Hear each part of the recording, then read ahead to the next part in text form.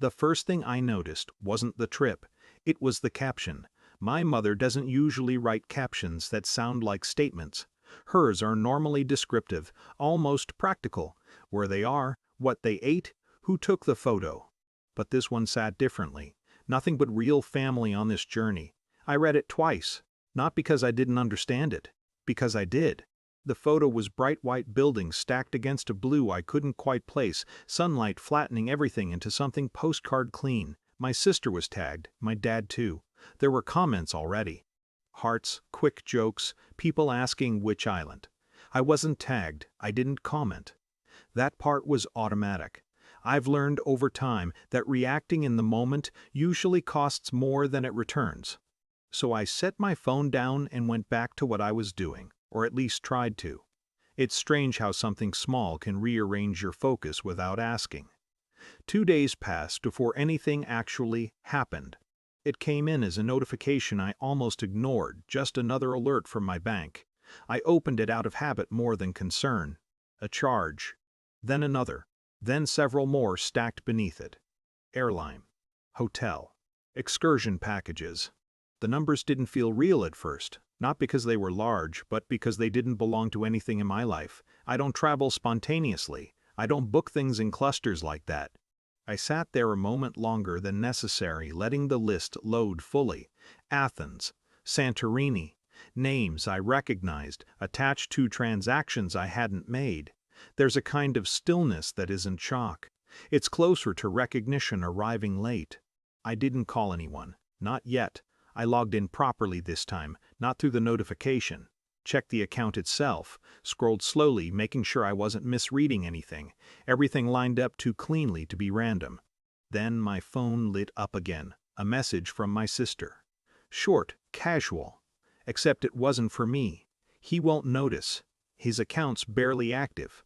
There wasn't even a pause after I read it. No spike of anger, no immediate reaction. Just a quiet alignment of things that had probably been aligning for years. It wasn't about Greece. It was about how predictable I had become. Reliable in a way that didn't require asking. Present, but not involved enough to challenge anything. The person whose absence could be explained away and whose presence could be used without much risk. I thought about calling. I even opened my contacts and stared at my dad's name for a few seconds. Then I closed it. Instead, I went back to the account, clicked into each charge, reviewed them one by one, not as memories or betrayals, just entries. Data points. Then I started flagging them. There's something almost impersonal about that process. You're not accusing anyone directly, you're just telling a system, this isn't mine. More clicks. A confirmation screen. A brief pause while it processed. Then I froze the account. No announcement, no message, no warning.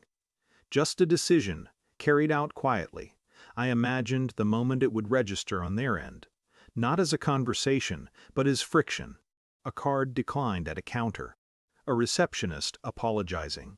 Someone trying again, assuming it was a mistake. That part didn't give me satisfaction. It just felt inevitable. At 6:30 a.m. my phone started vibrating.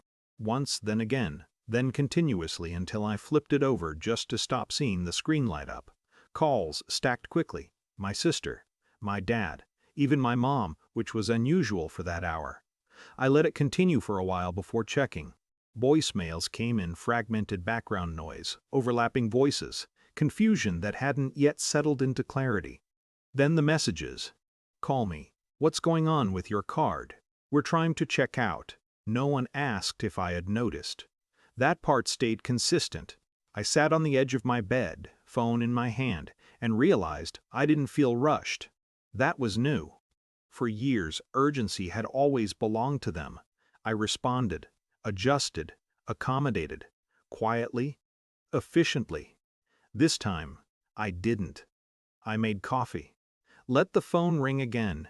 Watched the messages shift in toneless, certain, more direct. Eventually, one came through that was shorter than the rest. Can you call me? No explanation. No assumption layered into it.